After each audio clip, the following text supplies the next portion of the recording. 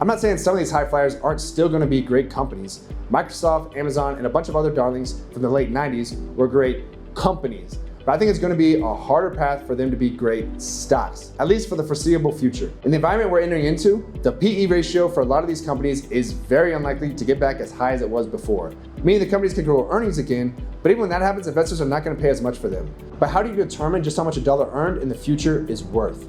Well, that depends on the discount rate, which is based on interest rates. The higher interest rates are, the less a future dollar is worth today. Interest and investment returns compound, so the further away these earnings are, the more their present value gets crushed when interest rates go up. And by definition, fast-growing companies have a higher percentage of their earnings coming further out in the future than slower-growing companies. The valuations, or the P that investors were willing to pay for the E, that these high-growth companies achieved in 2020 were at extremely low interest rates. Unless we go back to those interest rates, companies will not achieve the same valuations they had before.